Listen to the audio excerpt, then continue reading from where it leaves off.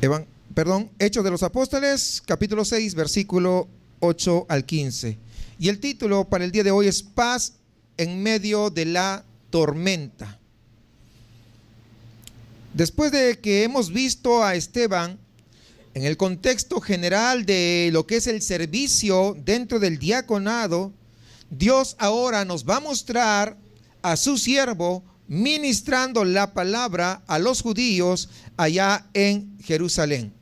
Podemos ver, hermanos, que Dios da todo esto para nuestra enseñanza, para nuestra edificación. Y este capítulo termina con Esteban delante del concilio de los líderes de Israel, listo para la última escena de esta primera parte del libro de los Hechos. Estamos ahora llegando al rechazo oficial del reino de parte de los judíos. Recuerden que el Señor les dio una nueva oportunidad. Y esta nueva oportunidad, nuevamente los judíos lo rechazan. Y muchas veces nos vemos, los judíos rechazaron, pero ¿qué de nosotros? Porque también nosotros muchas veces con nuestras actitudes hemos rechazado también el consejo de la palabra del Señor. Hay tres cosas que vamos a ver en este pasaje de Hechos 6. La contienda, la calumnia y la calma. La contienda, la calumnia y la calma. Y lo que queremos aprender de todo lo que vamos a ver aquí es cómo un siervo de Dios, en este caso Esteban, es fiel a su misión. Y también aprenderemos que aunque venga la tormenta, que aunque venga la circunstancia y nos quiera rebasar a nosotros, el verdadero Hijo de Dios puede estar en paz. En medio de las vicisitudes, en medio de las circunstancias difíciles, no porque somos superhombres o son supermujeres, sino porque hay una paz que solamente puede venir de parte de Dios cuando su Espíritu Santo está en nuestras vidas. Si nosotros recordamos, cuando fueron elegidos, entre los cuales fue elegido Esteban, dice que eran hombres llenos del Espíritu Santo. Y ahora estamos viendo el resultado de que alguien sea lleno del Espíritu Santo. Así que vamos a Hechos capítulo 6, versículo 8, como estábamos diciendo.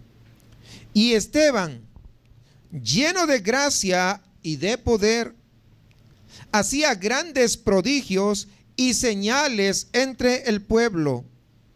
Entonces se levantaron unos de la sinagoga llamada de los libertos y los de Cirene, de Alejandría, y de Cilicia y de Asia, disputando con Esteban, pero no podían resistir a la sabiduría y al espíritu con que hablaba. Es decir, por más que ellos se oponían a Esteban, no podían resistir, no podían hacerle frente, porque no solamente se trataba de Esteban, se trataba de la sabiduría que estaba dentro de Esteban, porque estaba lleno del Espíritu Santo. No es con nuestras fuerzas que vamos a ganar. Y ese es el asunto, que a veces al no entender estas cosas, muchas veces pretendemos hacer las cosas a nuestra manera, con nuestro criterio personal, pretendemos hacerlo con nuestras propias capacidades, y a veces en lugar de arreglar la circunstancia sale peor. Y vamos a ver que hay una contienda, y esta contienda viene debido a un creyente que estaba lleno del Espíritu Santo. Sabemos que Esteban era un hombre lleno. ¿Por qué? Porque lo hemos visto anteriormente. Lleno de fe, lleno de gracia, lleno de sabiduría. Y por lo tanto, si tiene estas características, podríamos decir que también está lleno de poder, el cual se manifiesta en ese denuedo para poder predicar, en esas ganas de hacerlo y de hacerlo intencionalmente, no porque alguien le exige, no porque tiene que cumplir un rol o un programa dentro de las actividades de una congregación, sino que hay un denuedo tan grande en que pueda verdaderamente llegar a los gentiles, en que verdaderamente pueda los gentiles entender quién era Dios. Estaba verdaderamente preocupado por la situación de ellos, al igual que tenemos que estar preocupados nosotros por la situación de aquellos que aún todavía no conocen al Señor. Así que vemos otra vez que la llenura del Espíritu Santo no resulta en nada místico, en nada raro, más bien resulta en algo muy práctico cuando está lleno del Espíritu Santo. ¿Qué cosa es? La predicación de la palabra. Cuando alguien dice que está lleno y no predica, pues habrá que evaluar un poco. Porque cada vez que hemos visto que alguien estaba lleno, predicaba con denuedo, predicaba con ganas, con ímpetu.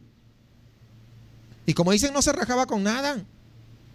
Cuando vemos a los hermanos cuando fueron llenos, después de ser llenos del Espíritu Santo, ¿qué hicieron? Salieron a predicar con denuedo. No se quedaron a medias. O sea, esa es una característica. Cuando alguien dice que está lleno del Espíritu Santo, pero no predica, probablemente hay que dudar de esa llenura. Cuando alguien está lleno del Espíritu Santo, pero tal vez solamente está lleno, dicen, para poder señalar a otros, hay que dudar de esa llenura. Una persona llena del Espíritu Santo, lo que le caracteriza es que ahora no quiere dejar de predicar a otros. No quiere dejar de evangelizar.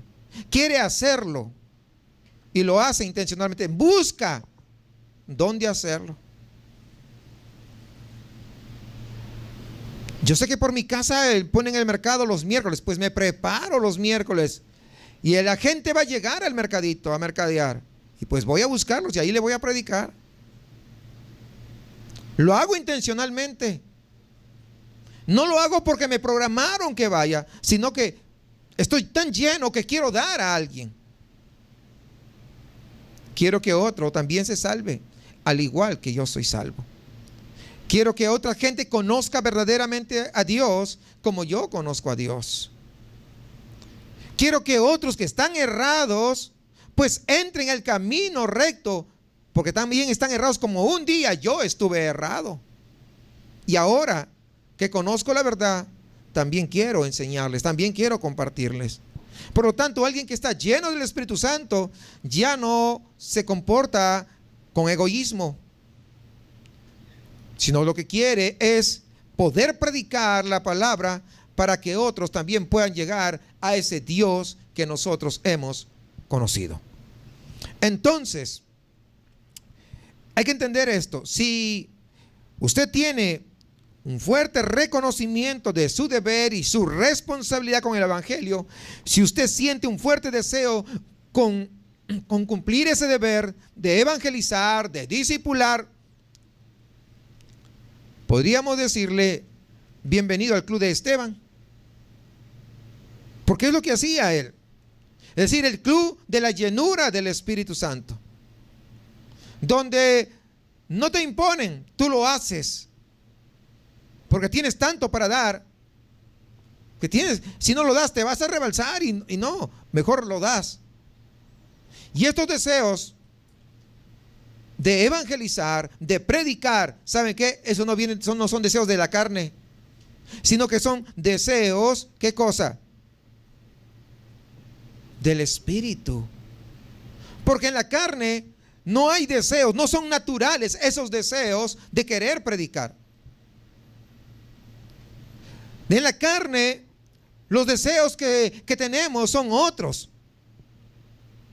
Tal vez son dedicarle 2 horas para ver el clásico y no predicar.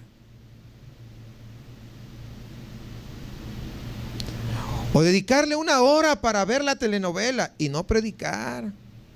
Esos son los deseos de la carne. Pero el predicar, el llevar la palabra, el tener ese deseo y con ímpetu ir a predicar, eso solamente lo da el Espíritu Santo de Dios. El otro día hablábamos de que a veces hemos hecho dioses, que no es el Dios verdadero, y mencionábamos varios tipos de dioses. Y entonces la carne lo que quiere agradar a ese Dios.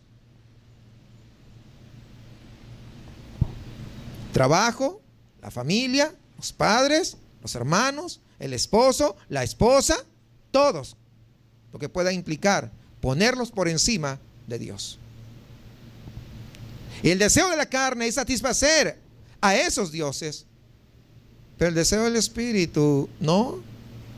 El deseo del Espíritu es poder ir y llevar la palabra de Dios. Es decir, que ese deseo viene de Dios. Y ese deseo es una evidencia de su presencia en nosotros y de su llenura. No dejar de predicar. No somos llamarada de petate. Sí, vamos nosotros y ahora nos vamos a ganar todo Monterrey para Cristo. Amén. Y resulta que no. Porque muchas veces hacen eso. Una vez llegó un predicador, iba a ir a San Francisco. Y dijo, vamos a ganar San Francisco para Cristo, allá en Estados Unidos. Y se fueron a San Francisco, en helicóptero descendieron ahí. Y ya atamos al principado, ya lo atamos y todo. Y ahora San Francisco va a ser para Cristo. Imagínense, peor se volvió después de la predicación. Porque no es así. Esa no es la forma ni es la manera. Porque no es bíblico para empezar. Nosotros tenemos que predicar permanentemente, constantemente, predicar con nuestro testimonio, predicar con nuestro ejemplo, pero también abriendo la boca y exponiéndole las verdades a las personas con las que nosotros podemos platicar. Hay que exponerles las verdades del Evangelio. Cuando el creyente está lleno del Espíritu, por otro lado, el hecho de no dejar de predicar donde va le va a ocasionar problemas. Y tal vez algunos por eso es que no quieren predicar. ¿Por qué? Es que si yo voy y comienzo a predicar, cállate la boca, mejor no vengas, etcétera, etcétera, etcétera. Y para llevar la fiesta en paz, mejor me callo la boca. Cuidado, porque estás callando la voz del Espíritu Santo. No vaya a ser que un día el Espíritu Santo, ya, tanto que lo has callado, no vuelva a hablar por ti. Cuidado. Entonces, cuando uno está lleno del Espíritu Santo, vas a estar hablando permanentemente de Cristo, permanentemente de la palabra de Dios, permanentemente del Evangelio, en cualquier circunstancia. Y va a llegar un momento que los pecadores se van a cansar de oírte y le van a molestar como tú le predicas. Y cuando le molesta, entonces comienzan a surgir las contiendas. Ojo, estoy hablando de contiendas que surgen por predicar, no porque a veces hacemos cosas malas. Porque algunos se ganan las contiendas, pues, adrede ya por su carácter, por su forma de ser. No estoy hablando de eso. Estoy hablando de las contiendas que surgen como resultado de predicarles el Evangelio. ¿Sabes qué? ¿Sabes qué? Tú con tu religión y yo con la mía. Lo clásico. ¿Sí has escuchado eso? Tú con tu religión, pero ¿saben qué? No estamos hablando de una religión, vamos a hablar de la palabra de Dios. Y la palabra de Dios es la que da vida, las religiones matan. Porque todas las religiones las hizo el hombre. Religión viene de la palabra religare, que indica lo que el hombre creó o trató de hacer para tratar de acercarse a Dios. Pero el hombre, esto es imposible que se pueda acercar a Dios si Dios no se acerca primero al hombre. Porque las religiones del mundo lo que hacen es venderte con un plan de marketing muy estructurado de que tú puedes alcanzar a Dios a través de todas tus obras. ¿Traes más limosnas? estás más cerca de Dios. Le das a los necesitados, Dios ya tiene un lugar reservado para ti. Y si no tienes, imagínate, el que no tiene nada, pues ¿qué lugar va a tener? Ninguno. Es decir, la religión vende en su marketing, con sus estrategias que tiene, vende que se pueden ganar el cielo con las obras que hacen, con las cosas buenas que hacen. Y por eso es que cuando alguien muere, descansa en paz, le dicen, cuando la verdad no es esa. Alguien que no se arrepintió verdaderamente, como dice la Biblia, no va a descansar en paz, aunque todo el mundo le desee que descanse en paz. Y ese es el gran problema que se encuentra la gente. Y muchas veces, al no encontrar un sustento de la palabra, lo que hacen dar es un discurso bonito, con un lenguaje florido, con palabras extraídas con pinzas para escoger las mejores palabras. No la vaya a regar el día que tienen que enterrar a alguien, con el único propósito de alguna manera ser un calmante en ese momento de dolor, en ese momento de triste. Pero no hay ninguna palabra que pueda calmar, solamente la palabra de Dios.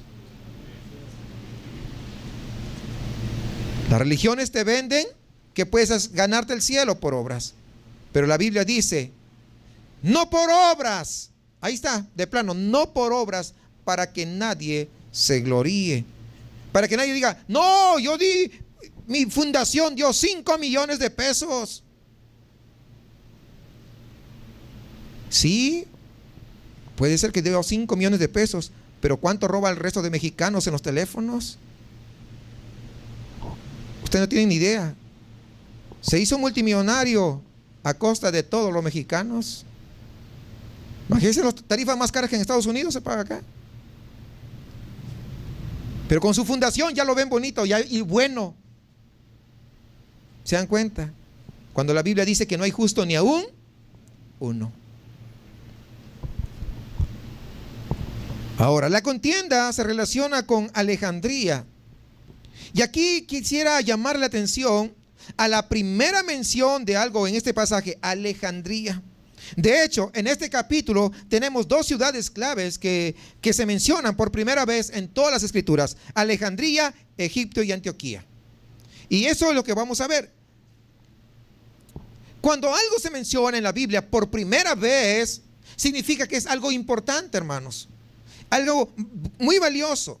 Así que Antioquía en su primera mención se relaciona con los discípulos de Cristo, que son llenos del Espíritu Santo, llenos de sabiduría, que tienen buen testimonio.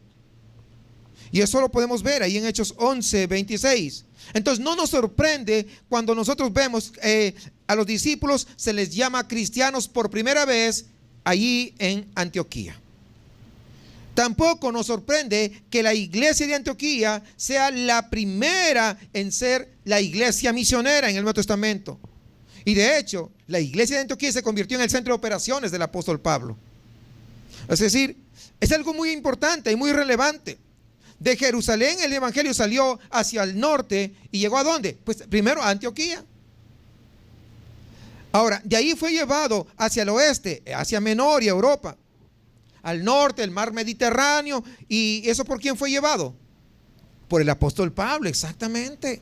Es decir, Pablo hizo todo ese recorrido.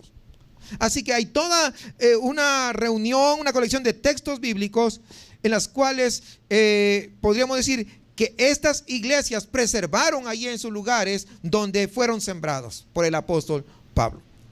Y forman lo que se llama el texto recibido. Estoy tratando de dar una traducción. El texto recibido. Y ese texto recibido, y quiero que esté atento a esto porque es muy valioso. Este texto, o textus receptus le dicen, es el texto recibido. Y este texto es lo que se utilizó en la Reforma para poder traducir las Biblias, entre las cuales se encuentra nuestra Biblia Reina Valera. Escuche esto, porque esto va a ser importante y usted se va a dar cuenta por qué le damos tanta importancia a la versión Reina Valera.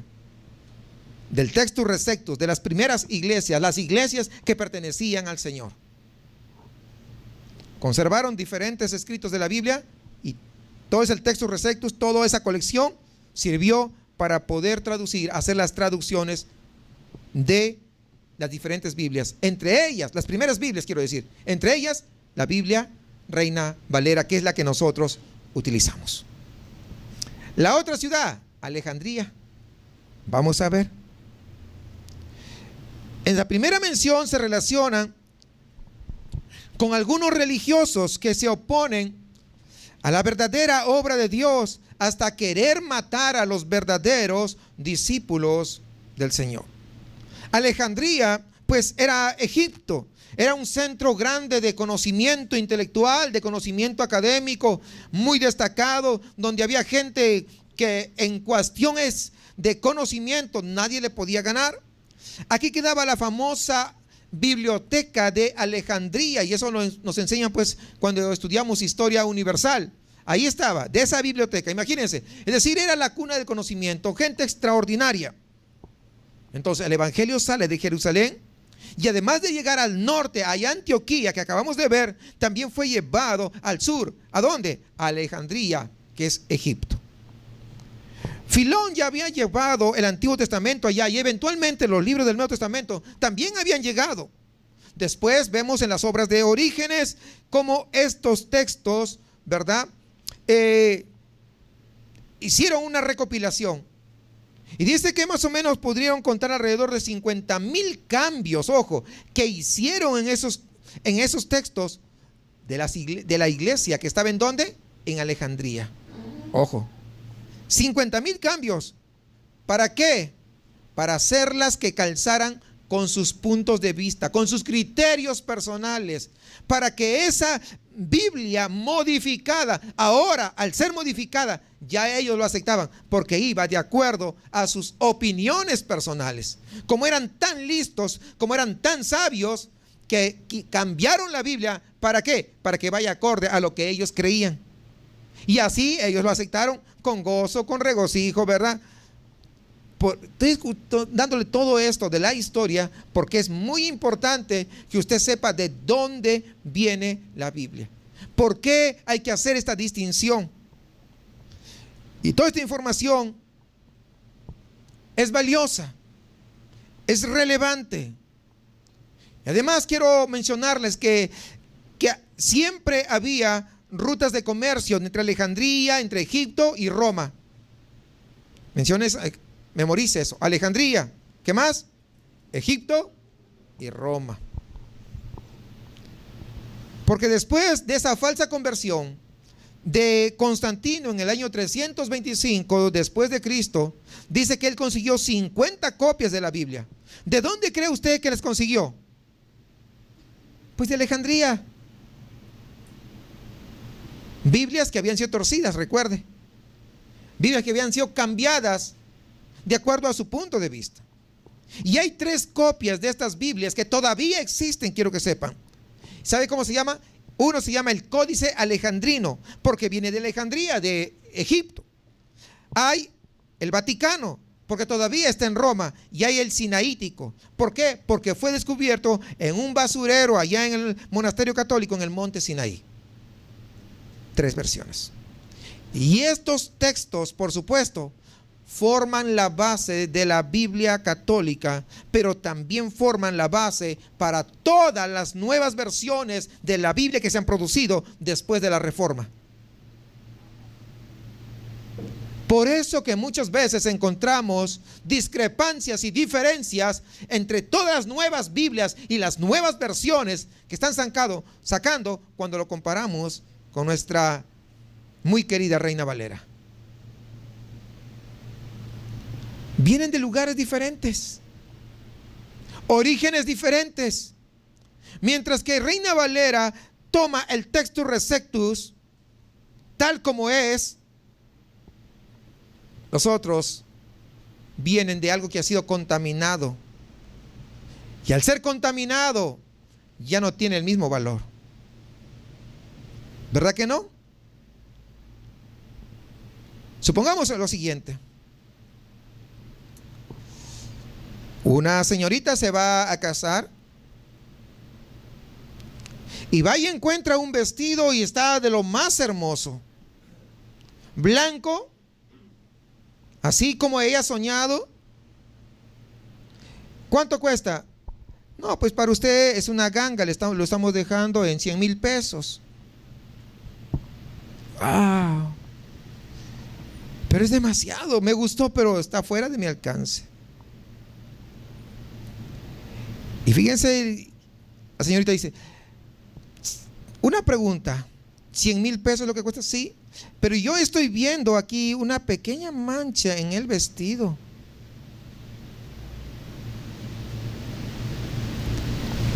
Y esa mancha le quita todo el valor de esos 100,000 pesos. Ya no cuesta lo mismo. Ahora tiene la posibilidad de pedir que le hagan un gran descuento. No digo un descuento, un gran descuento. Porque ya fue contaminado ese vestido.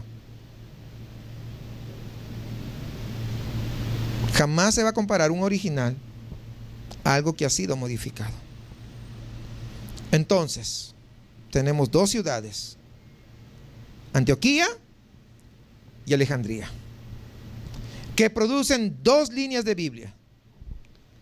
El Textus Receptus de Antioquía, que es donde se originaron, de ahí sirvió para poder traducir las traducciones de la Biblia que se produjeron en la Reforma, y los textos corruptos, podríamos decir, de Alejandría, Egipto, que donde se producen otras Biblias.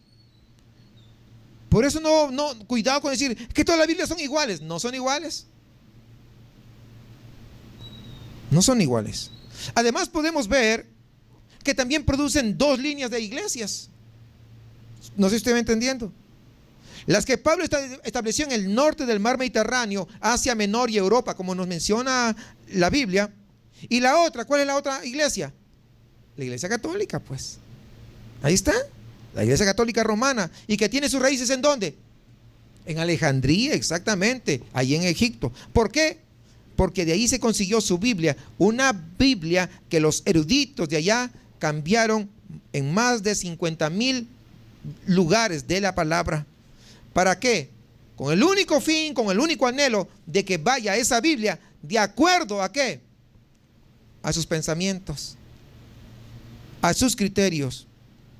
Cuando Dios menciona entonces algo por primera vez en las Escrituras, siempre, hermano, que usted lea algo por primera vez en las Escrituras que no lo ha mencionado antes, hay que detenernos y prestarle atención entonces. Y es lo que acabamos de hacer en este momento. Antioquía entonces se relaciona con Dios y Alejandría se relaciona ¿con quién? Con los enemigos de Dios. ¿Sí va captando cómo van las líneas ahí? ¿Y a qué tipo de iglesia quiere asistir a usted? ¿A una que tenga sus raíces en Antioquía o a una que tenga sus raíces en Alejandría, Egipto? Usted decide.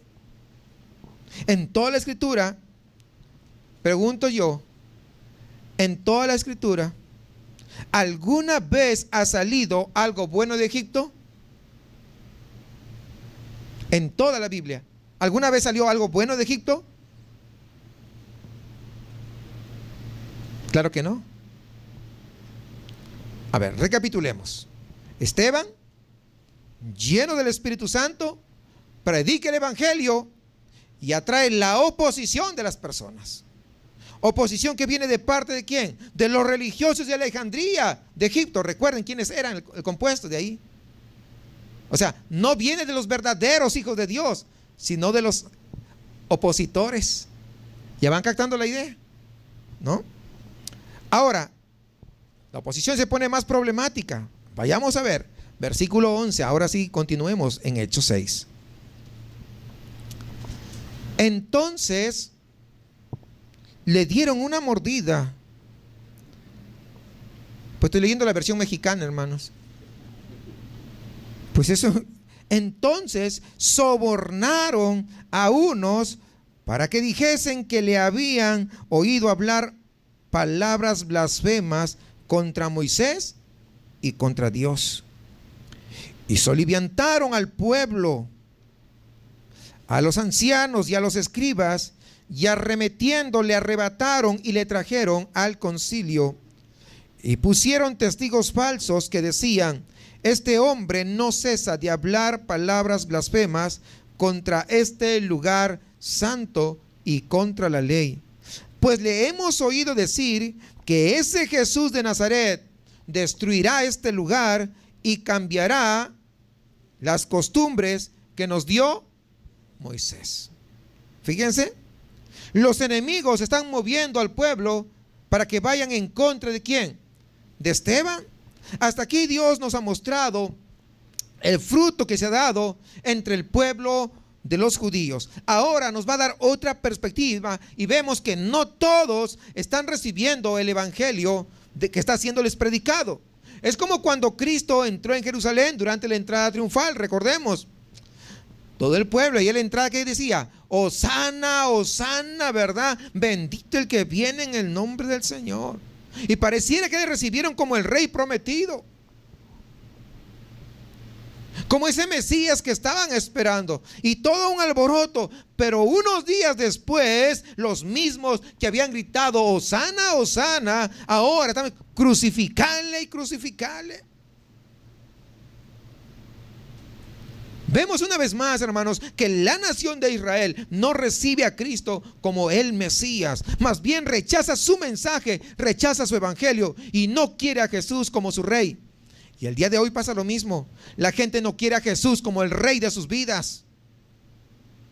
Y lo rechaza de una y de otra manera. A veces te rechaza elegantemente. Mira, no tengo tiempo. ¿Qué tal? En otra oportunidad, con mucho gusto, hasta nos tomamos una taza de café para que me expliques. Te está echando piñas, no quiere. Solo que te lo hace de una manera. Pero hay otros que dicen de plano, ¿no? No, a mí no me vengas a... No, imagínense, algunos que se ponen, pero sí. Y sí les conté una vez, ¿no? Que estábamos con un muchacho, era drogadicto, y lo invitamos a la iglesia y él dijo: sí, yo quiero ir. Y como era menor de edad, pues tuvimos que hablar con la mamá para decirle que lo estábamos invitando a la iglesia para que escuche la palabra de Dios. Y la mamá dijo: ¿a dónde? ¿A qué iglesia? No, pues ya le explicamos en dónde, qué iglesia. Ah, no, me dice, no. Yo prefiero que mi hijo siga drogadicto antes que vaya con esos locos. Nos dijeron locos. ¿Alguien se ofendió? Ah, bueno, yo tampoco. No, hasta que se ve con usted. No, yo prefiero que siga así. Imagínense ustedes la ignorancia de una persona. No querían a Jesús como el rey de sus vidas. No querían a Jesús como el rey de sus corazones, el rey de sus matrimonios, el rey de su familia. Lo quieren, pero bien lejos. Ahora, y no se trata únicamente de los líderes, como estamos viendo. Y vamos viendo que los enemigos traen a Esteban al concilio. Versículo 12 dice que es lo que pasa. Por lo tanto, hermanos, tenemos que tener mucho cuidado con los concilios, especialmente los concilios religiosos. Y este asunto no es tan marcado en la Escritura como Alejandría y Antioquía, pero hay suficiente como para poder llamar la atención. Cristo dijo ahí en Mateo 10:17 que los concilios se oponían a sus discípulos y aún con violencia. Y esto, hermanos, es lo que estamos viendo casi siempre que se menciona la palabra concilio. Siempre tiene que ver con oposición, siempre. Fue el concilio de los líderes religiosos que condenaron a Cristo a muerte y lo crucificaron. ¿Acaso no fue el concilio? Fue el concilio. Es el concilio en el libro de los Hechos que se oponen a los apóstoles y azotan a Pedro y a Juan, ahí en el capítulo 7. Y es el mismo concilio que va a matar a Esteban por predicar la palabra de Dios. ¿Se da cuenta que los concilios son peligrosos? ¿Sí van entendiendo? Muy peligrosos. Obviamente hay unas cuantas menciones de concilio en contexto diferente, pero de las 20 y veintitantas menciones, el 90% trata de grupos religiosos que se oponen a Dios y a su obra. O sea, no es poco. Entonces, ¿por qué es importante? Porque a través de toda la historia de la iglesia siempre ha habido concilio tras concilio. Y los grandes eruditos cristianos quieren que nosotros creamos que los concilios definen nuestra sana doctrina. En realidad, es totalmente lo contrario. En realidad, los concilios o ningún concilio jamás decidieron nada que no era claramente declarado en la escritura siglos antes. Es decir, no aportaron nada nuevo. Además, en muchos de estos concilios, los religiosos no solamente definieron la teología oficial, sino que también se pronunciaron en cuanto a maldiciones, hermanos, sobre los que no creían como ellos. Eso pasó en los concilios. Y el día de hoy también pues, sucede lo mismo. Cuando alguien le dice, pastor, mire, no estoy de acuerdo con lo que usted predicó, porque según estuve escudriñando la Biblia y lo que usted dijo no va de acuerdo. No, ¿qué te pasa? Cuidado con el ungido de Jehová, te dicen. No juzguéis. La Biblia dice juzgar, ¿con qué? Con justo juicio. No dice no juzguéis. Dice no juzguéis para que no seáis juzgados. Pero es otro contexto. Cuidado. Así que los concilios, todo el que no creía como ellos, los maldecían. Si tú te vas de la iglesia, todas las plagas de Egipto caerán sobre ti y tu familia. Y comienzan a temblar. ¡Ah! Mejor no me voy, no voy a hacer que venga una plaga. ¿Cuál de ellas? A ver, comienza a imaginarse. No, pues no quiero ni imaginarme. Dice, mejor no me voy. Y muchas veces gente vive amenazada. ¿Por qué? Por lo mismo. No sé si usted se acuerda. ¿Cuántos han sido católicos? Apostólicos romanos. A ver, levanten la mano para saber. Más o menos, ahí va. A ver, vamos a ver si es cierto. ¿Se acuerdan ustedes de los concilios? El concilio de Toulouse, ¿quién se acuerda? No, pues sí, año 1229 después de Cristo. Ahí, ¿sabe qué pasó en ese concilio de Toulouse? Los católicos, los religiosos, es donde comenzaron o impulsaron el tribunal de la Santa Inquisición. Concilio de Toulouse. Vamos más adelantito, de esta ciudad más o menos. El concilio de Tarragona, 1234 después de Cristo, es otro concilio donde los religiosos prohibieron la posesión y la lectura de la Biblia por los laicos, es decir, los que no eran sacerdotes no podían leer la Biblia. Fue en ese concilio. Le seguimos. El más conocido, ¿no? O uno de los más conocidos, el concilio de Trento, pues ese sí, lo tienen que saber. O sea, el concilio de Trento es un concilio muy conocido, 1545 después de Cristo. En este concilio, los religiosos pronunciaron una maldición eterna. Primero, sobre todos los que no aceptaban los libros apócrifos como escritura inspirada. Había una maldición. Número 2, sobre todos los que creen en la justificación únicamente por la fe. Así como nosotros. Estamos malditos por ellos, dice. Y número 3, sobre todos los que creen que el bautismo no es necesario para la salvación. ¿Cuántos creen que el bautismo es necesario para la salvación? ¿Cuántos creen? Levante la mano. Pues no, el bautismo no es necesario para la salvación. Pero ellos dicen, si tú no crees, pues te maldecimos. Es lo que está diciendo. Es lo establecieron. O sea, aquellas personas que no iban acorde a sus opiniones, esas personas eran dignas de muerte y al lago de fuego. Pero hay otro concilio, mucho más cerca, el concilio del Vaticano, donde los religiosos reafirmaron todas las maldiciones que establecieron ahí en el concilio de Trento. O sea, ¿saben qué, hermanos? Gracias a Dios, que nuestra doctrina no se define por ningún concilio. Nuestra doctrina se define única y exclusivamente por la palabra de Dios, por su palabra, por su Biblia. Tenga cuidado con los concilios entonces. Cuidado.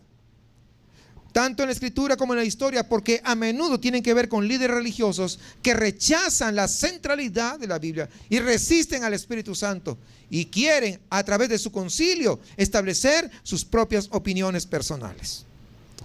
A ver, vamos a recapitular rápidamente. Número 1, Esteban estaba lleno del Espíritu Santo, llevando a cabo la misión de predicar el Evangelio a toda criatura. Número 2, la respuesta que recibe de la oposición de parte de los religiosos, tanto de Alejandría como del concilio, fue, ya saben, una oposición férrea. Fue una oposición tremenda que le quisieron hacer, ¿cómo se dice? Le quisieron poner la zancadilla para que cayera, pero estaba lleno del Espíritu Santo. ¿Qué pueden hacer? Ninguno los podía resistir. Ahora, frente a toda esa oposición que lo tenían ahí y que estaban ahí frente a Esteban, ¿cómo reacciona él? Es como un gran problema que se había levantado, una gran tormenta. Fíjese, sigamos, versículo 15.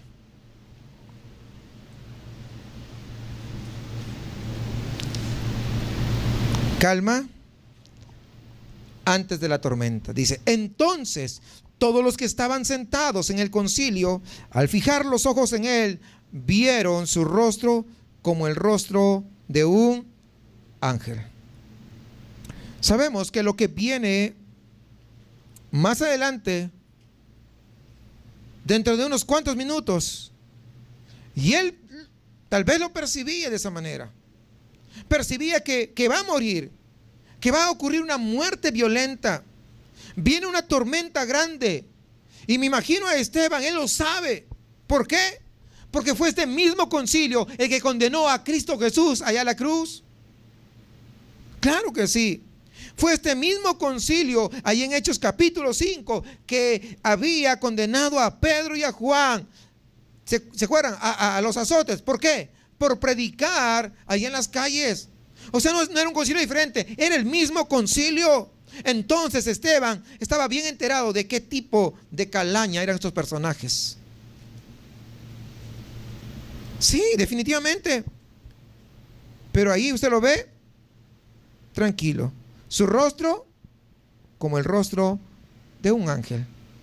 Una paz, aún sabiendo que la tormenta se avecina. Aún que los enemigos estaban ahí frente a frente. Pero él ni se inmutó. Él no se echó a llorar. ¿Y ahora quién podrá salvar? Porque ahora ni el chapulín está.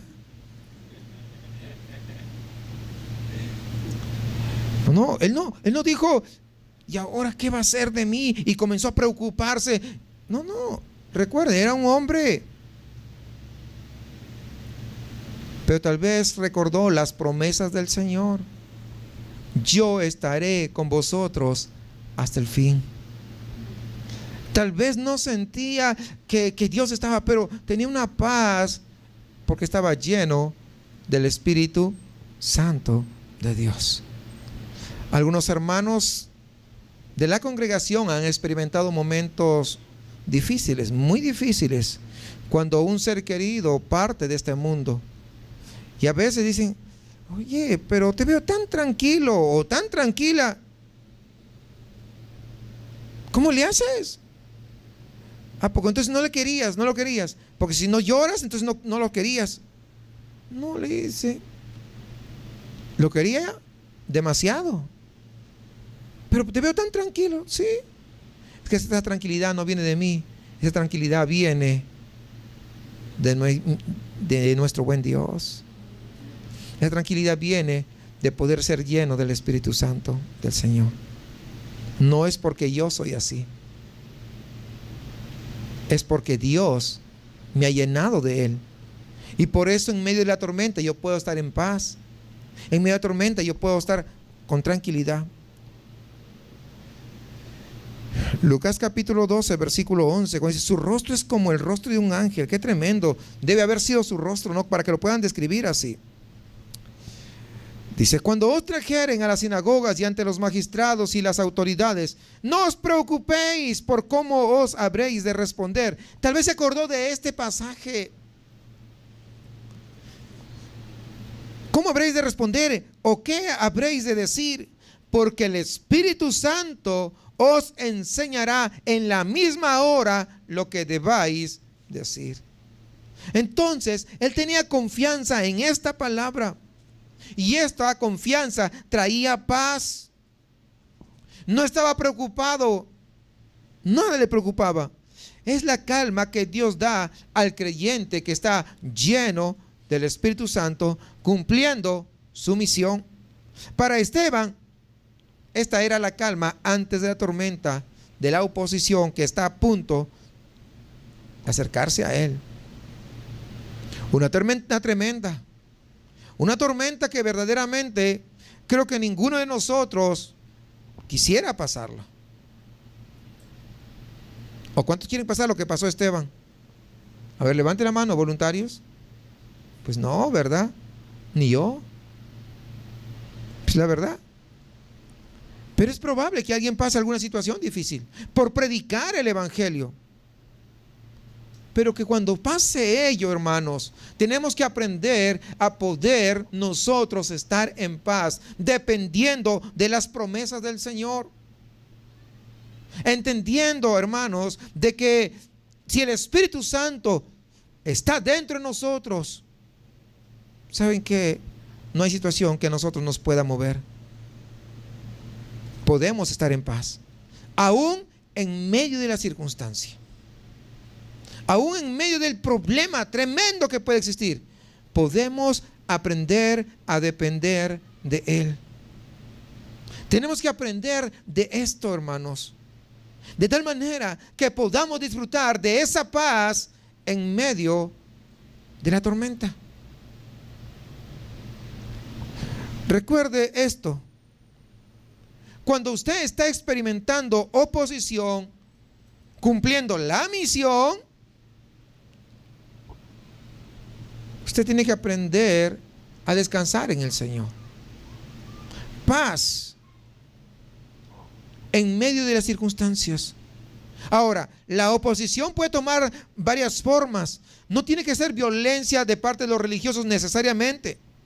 La oposición puede ser desánimo, tal vez. ¿Sí? La oposición puede ser frustración. La oposición puede ser ese cansancio emocional que viene con la frustración y el desánimo en la misión de trabajar arduamente. Pero si usted está andando en el Espíritu, usted está andando en la lectura de la palabra, si usted está en la oración todos los días, si todos los días está batallando contra el pecado, luchando contra el pecado y llevando la palabra del Señor, evangelizando, discipulando, a pesar de la tormenta, usted puede gozar de esa paz perfecta que solamente Dios nos puede dar. Esteban sabía muy bien lo que se venía. Esteban sabía que lo iban a matar. Pero no vemos ninguna muestra de preocupación. No vemos por ningún lado que Esteban esté preocupado. ¿Y ahora qué será de mi familia?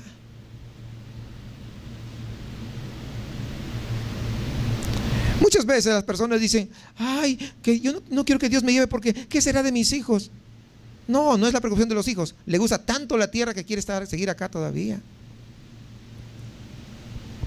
Porque si los hijos se quedan, Dios va a cuidar de ellos. ¿O usted cree que usted puede cuidar mejor que Dios? Pues sí. ¿No dice que es padre de huérfanos? ¿No dice que es eso? ¿No dice la Biblia eso? Pues entonces,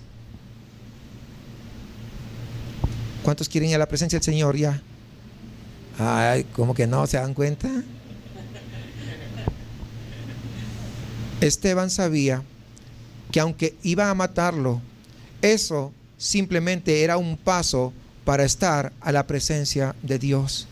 Porque como el apóstol Pablo dijo, para mí el vivir y el morir es ganancia. ¿Y cómo no quieren ustedes? Si es más ganancia, ¿se dan cuenta? Es más ganancia. No, es que la casa que construí con tanto esfuerzo.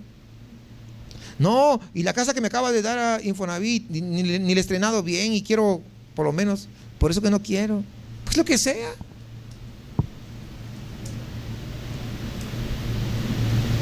Hermanos, fíjense ustedes en esta oposición tan tremenda.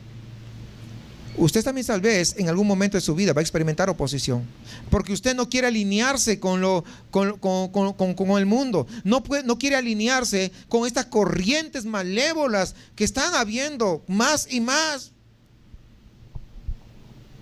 Y va a llegar la oposición.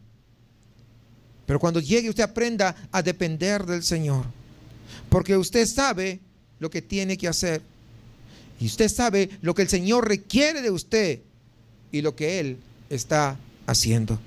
Usted sabe también quién está en control de todo, y este se llama Jesús, a quien usted le sirve, a quien yo le sirvo. Y Él puede quitar cualquier oposición cuando Él quiera.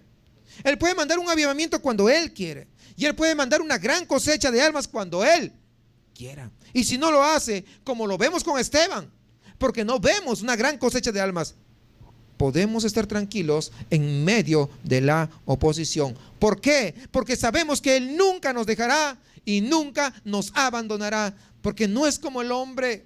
Dios es diferente. Dios siempre cumple sus promesas. Tenemos que atrevernos a creerle. Tenemos que atrevernos a poder confiar en su palabra, porque su palabra es fiel, porque sus palabras no ha cambiado, es invariable. Porque cuando vemos aquí en su palabra una promesa, tengamos la plena seguridad, tenemos la plena certeza de que Dios lo va a cumplir. Pero muchas veces no sabemos las promesas de Dios, porque nos falta leer la Biblia.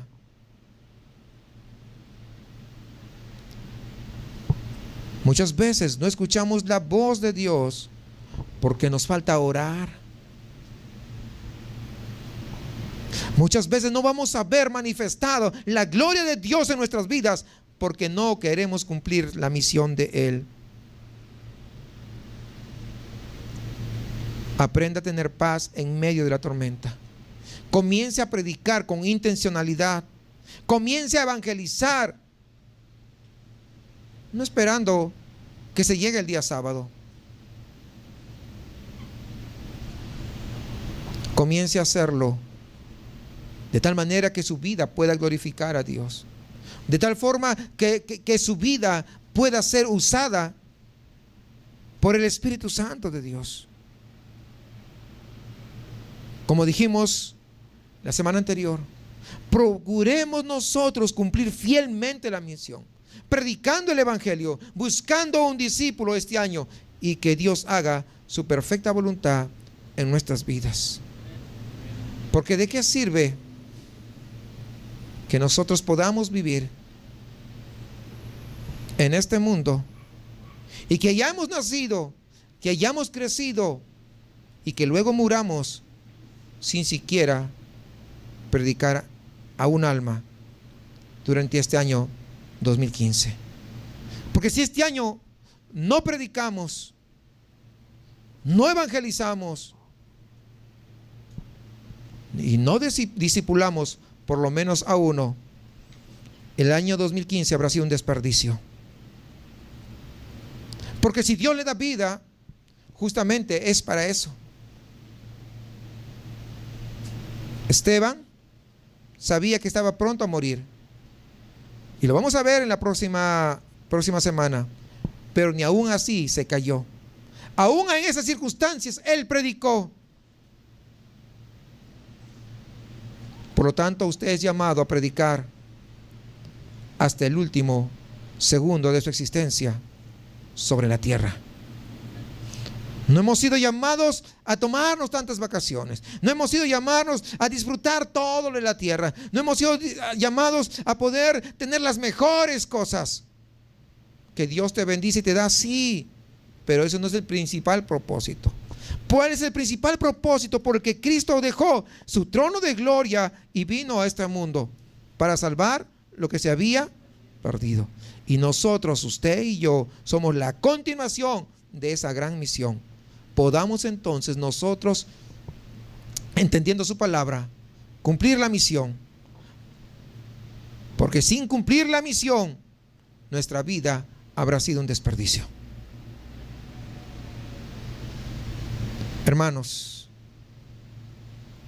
un ejemplo de Esteban, un gran ejemplo, que aún en la tormenta, él pudo estar en paz, y su rostro era como un ángel. Cuando hay un problema, ¿cómo reacciona usted? Fíjese en el espejo a ver si está como la de un ángel. La próxima vez,